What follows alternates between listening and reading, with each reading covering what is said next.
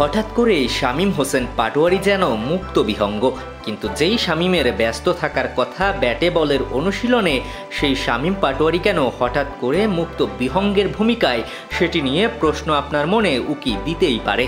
তবে কি শামীম পাটোয়ারির মনে রয়েছে কোনো হতাশার দীর্ঘশ্বাস?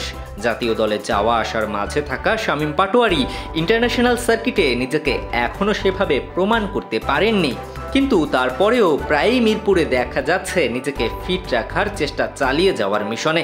সবাই যখন ঝুম বৃষ্টিতে আটকা, শামীমের তখন বৃষ্টি মাথায় স্টেডিয়াম চক্কর কাটার প্রচেষ্টা।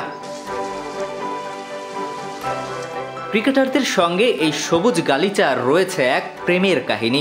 সেই প্রেমে হাবুডুবু খাননি এমন কোনো পেশাদার কিংবা অপেশাদার ক্রিকেটার খুঁজে পাওয়া দুষ্কর হয়ে দাঁড়াতেই পারে।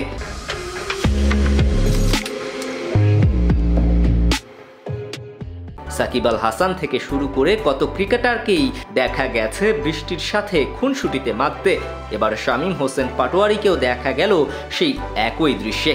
বৃষ্টিতে দৌড়ে শামীম যখন ক্লান্ত, ঠিক তখনই কিছুটা ছেলে মানুষই পেয়ে বসলো তাকে। উইকেট ঢেকে রাখার কাভারের ওপর দৌড়ে এসে শুয়ে পড়ার এই দৃশ্য মিরপুর এর আগে অনেকবারই দেখেছে। বৃষ্টি পেলেই খেলোয়াড়রা যেন উন্মুখ হয়ে থাকে এমন মজায় মেতে উঠতে। শামীমও নয় যে তার ব্যতিক্রম, তাই তো বৃষ্টির পানিতে ভাসিয়ে দিল নিজেকে।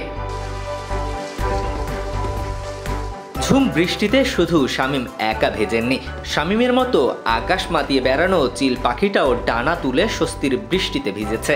এখানেও মিল রয়েছে শামীম ও ওই চিল পাখির মধ্যে। বৃষ্টিতে ভিজেছেন শামীম, আর এই বৃষ্টি উপভোগ করার সময় দুহাত তুলে আকাশের দিকে তাকিয়ে সৃষ্টিকর্তাকেও হয়তো এক পশলা শান্তির জন্য ধন্যবাদও দিয়েছেন তিনি। অন্যদিকে কাঠফাটা রোদ কিংবা বৃষ্টি সবকিছু উপেক্ষা করে চলে যাদের জীবন, সেই গগনের পাখিরাও স্বস্তি খুঁজেছে এই বৃষ্টিতে। তাই তো জীববৈচিত্র্যের এই পৃথিবীতে মানুষ আর পাখি যেন মিলে একাকার। শামীম পাটোয়ারি যখন বৃষ্টিতে ভিজে নিজেকে ফিট রাখার চেষ্টায় ব্যস্ত, তখন মিরপুরে আসা সকল গণমাধ্যম কর্মীরা হয়ে ওঠেন ক্রিকেট খেলায় ব্যস্ত। বাইরে ঝুম বৃষ্টি, তাই তো সময় কাটাতে ব্যাট বল হাতে তুলে নেয় এসব গণমাধ্যম কর্মীরাও। কিন্তু মিরপুরের মাঠ ঘিরে যাদের জীবনযাত্রা চলে, সেই মাঠ কর্মীরা তখনও ব্যস্ত মাঠের খোঁজ খবর নিতে।